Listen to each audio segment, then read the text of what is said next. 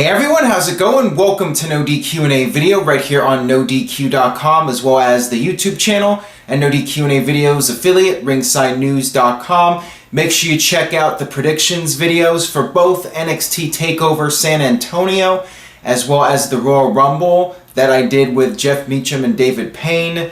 Make sure you stay tuned to NoDQ.com for the very latest regarding the Royal Rumble weekend. With that being said, let's get down to your questions today. First one comes from Ben.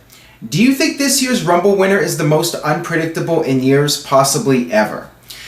I definitely feel it's one of the more unpredictable Rumbles in recent WWE history. Most of the time it's narrowed down to one or two people that will potentially win the Royal Rumble. This year I feel like there's maybe 4 guys that could potentially win the Royal Rumble realistically. As I mentioned in the predictions video, my number one pick is Chris Jericho if Kevin Owens retains the Universal title. If Roman Reigns wins the Universal title, I'm going with the Undertaker. Then you also have Samoa Joe as a possible wild card if he debuts. Finn Balor. I think if Finn Balor does return for the Royal Rumble, he could very well win it. And who knows? There's other guys on the roster. There's been rumors about Braun Strowman potentially winning the Royal Rumble and going on to challenge Roman Reigns for the Universal title.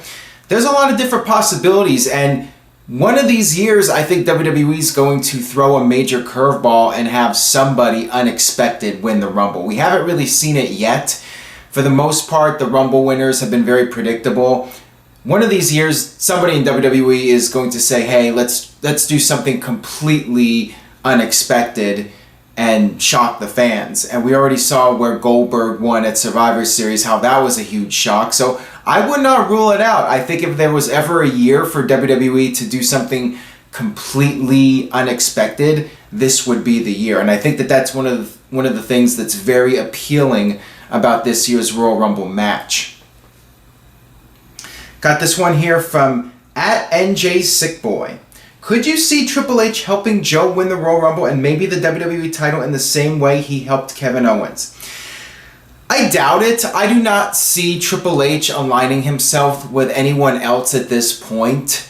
What I think could happen is what David suggested on the Rumble predictions video. Triple H enters himself into the Royal Rumble to win the thing, and then Seth Rollins costs him the Royal Rumble match, and that's how Seth Rollins gets involved. You would think there's going to be some sort of angle between Rollins and Triple H on the pay-per-view to set up their WrestleMania match. But at this point, I do not see the need for Samoa Joe to get involved in any Triple H storyline.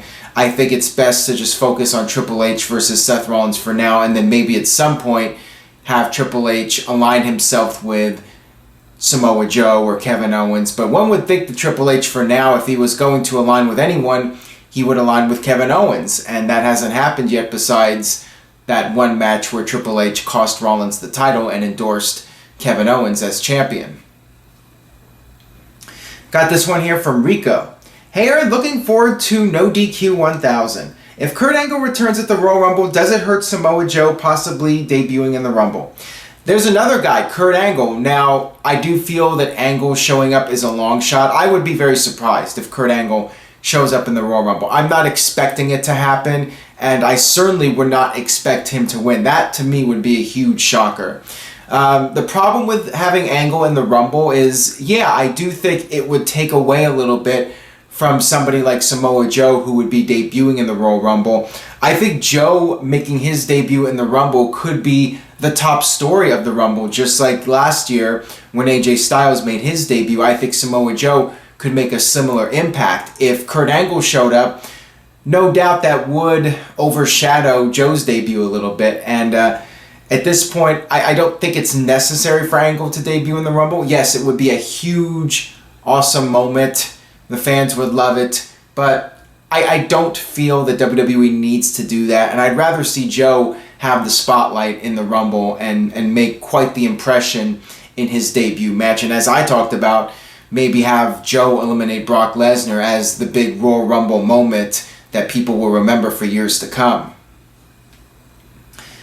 This one comes from Mike. Should Undertaker and John Cena be a title match, or can AJ face Balor for it after Stephanie doesn't give him a Universal title shot? I do not feel that Undertaker versus Cena needs to be for a title. I mean, just the two names going at it at WrestleMania, that alone is something special. I mean, it's a huge match that WWE hasn't done.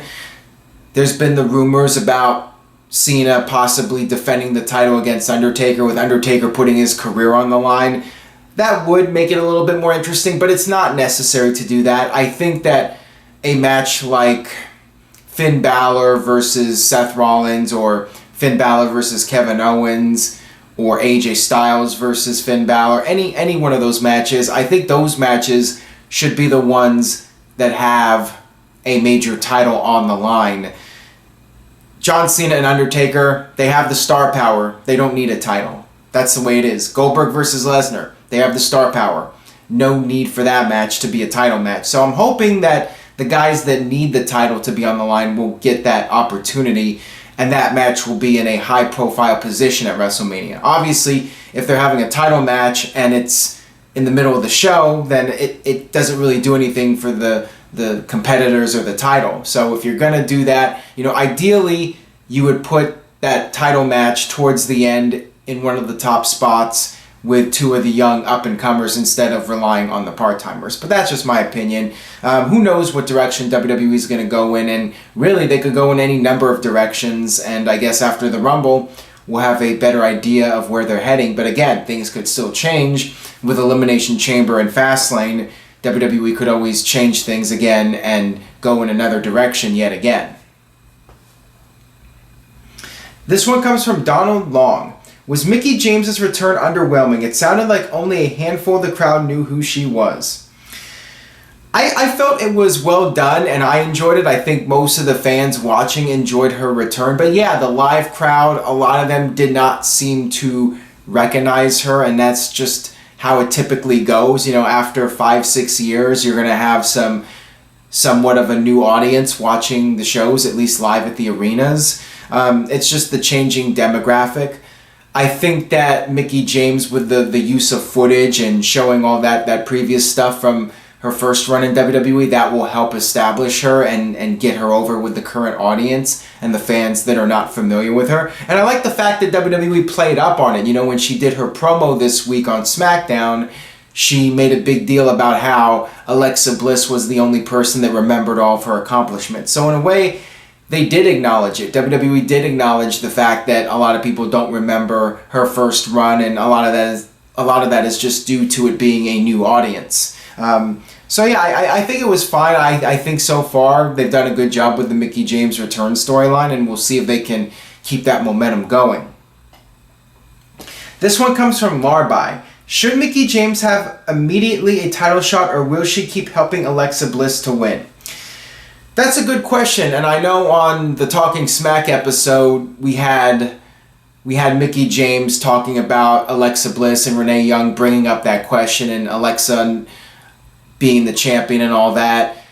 Mickie did not really say for sure what was going to happen. She kind of dodged the question. I guess that is something that can be played up in the upcoming weeks, but I think for now it would be best for the two of them to align and have Mickie go up against Becky, and it looks like they're building up something with Alexa and Naomi for now. So down the line, if Mickie James is going to turn face, you could do that, but if she's going to be a heel, then there's really no need to go in that direction with the storyline and have Mickie go for the women's title. But it would be a good way for the baby faces to get the heels against each other by bringing that up. So that is something that could be done on television in the storyline. This one comes from @Brandon Side AS. Hey Aaron, if Finn Balor never got injured, when do you think he would have dropped the Universal title, and to whom? One of these what-if questions. It's really hard to say. I mean, I'm not sure if WWE was grooming Kevin Owens for a Universal title run. I think that Rollins would have stayed heel a bit longer, and maybe Rollins would have won the title from Finn Balor. I think if anybody was going to beat Balor, it would have been Rollins. I sense that Owens probably would not have been the Universal Champion. I think that was done out of necessity because of Finn Balor getting hurt. WWE decided to go forward with Seth Rollins turning babyface, which really they should have done right from the get-go, but they didn't do it.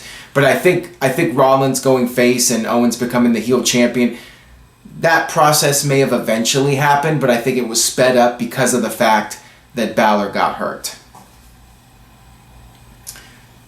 This one comes from Garrett Mills. Do you think that the Emmalina gimmick is going to work? I think she should have stayed as a badass Australian.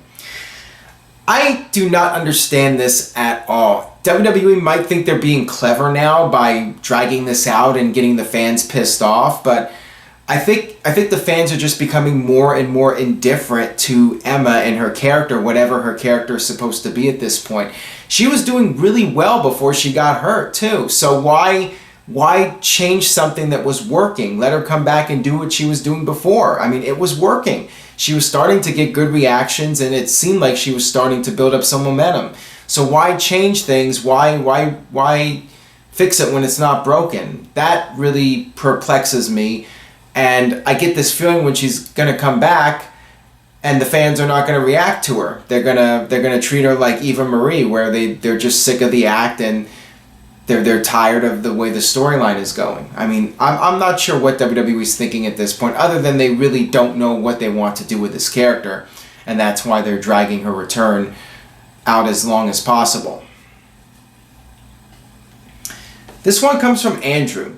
With reports that Triple H wants to stop competing, can you see Triple H putting his career on the line to add to the match? I doubt it. The thing is, Triple H will always be there. As long as his body holds up and he's healthy, he'll always be available to add his name to a pay-per-view.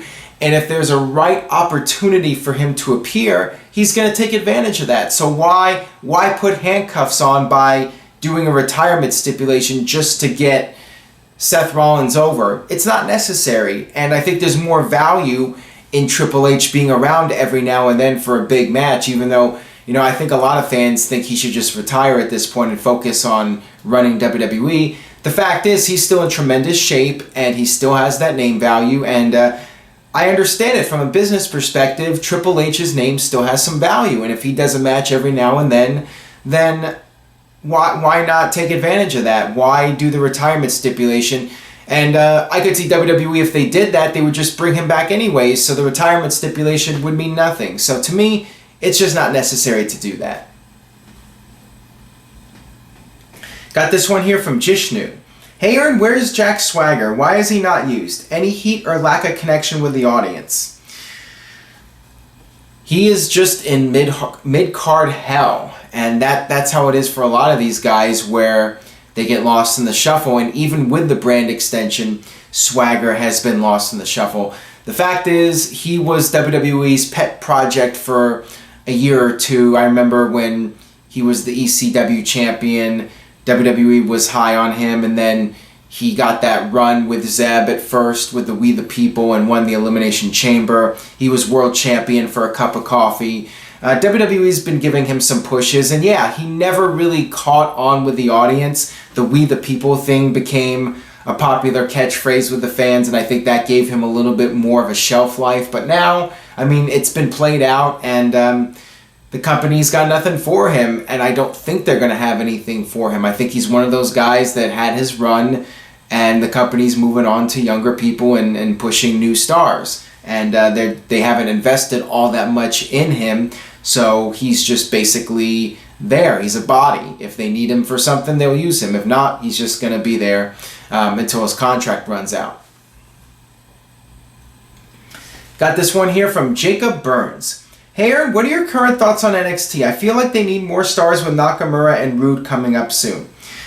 Definitely. NXT has, I think, cooled off as a brand a little bit. It doesn't seem to have as much buzz as it used to have 2 years ago. And a lot of that is due to most of those stars being on the main roster now. And Bobby Roode and Nakamura should no doubt be on the main roster, but that's all the more reason why they'll probably stay in NXT for the time being, because of the fact that WWE needs some star power in NXT to keep that brand strong. If you call up all these big names right away, then you're going to have nobody left in NXT, and NXT will just fade away, and people will get out of habit of watching it and paying attention to it, and that would damage the NXT brand. So it's really important to have some star power and keep some of those guys in NXT until you have some fresh blood to come in and replace those guys. So once WWE brings in some new people into NXT, I think it's best to keep some of those guys in NXT for now. And you already have guys like Finn Balor and Sami Zayn, Kevin Owens. These guys still have a lot of juice left. So if you bring in too many people, then you're going to start having some talented guys lost in the shuffle. So it's all about timing and doing things at a certain pace. But yeah, Nakamura and Roode should be on the main roster right now. But, it makes sense to keep them in NXT for the time being.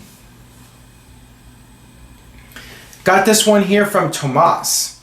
What in the blue hell was that Dolph Ziggler and Jerry Lawler segment? Surely heel Ziggler is finished. No, I would not say so. I like the angle they did with Jerry Lawler, even though some would say, yeah, it's in bad taste. But Jerry Lawler is an old school guy, and the old school mentality was, if it's good for business, you take advantage of real life situations and you blend it into the storyline to make the storyline stronger. And that's something that people have been doing for decades. And to me, Jerry Lawler went along with it. He's an old school guy, so I'm fine with it.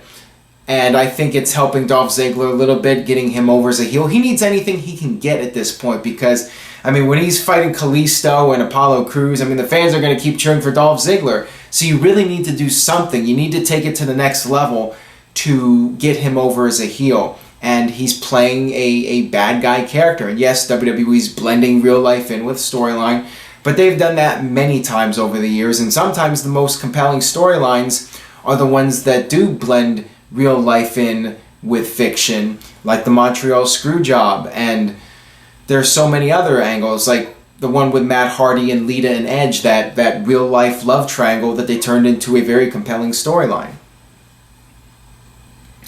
That'll wrap it up for this edition of No DQ&A video. Thanks as always for watching.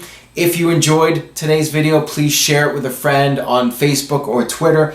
Anybody you know who watches wrestling, have them check out No DQ&A video. That is the best way that you can show your support for the videos. Also, if you want to show your support, go to ProWrestlingTees.com, search No DQ, or check out the link in the description box. You can grab an official NoDQ.com t-shirt or an official No DQ&A video t-shirt. We also have official Talk Wrestling t-shirt with Jeff Meacham. We have a t-shirt for Jeff Meacham. Hopefully we'll have more soon, but that's up to you guys. If you guys want more shirts, we will produce more shirts. So check the shirts out. Check out NoDQ.com for the very latest, and I will see you guys next time for more.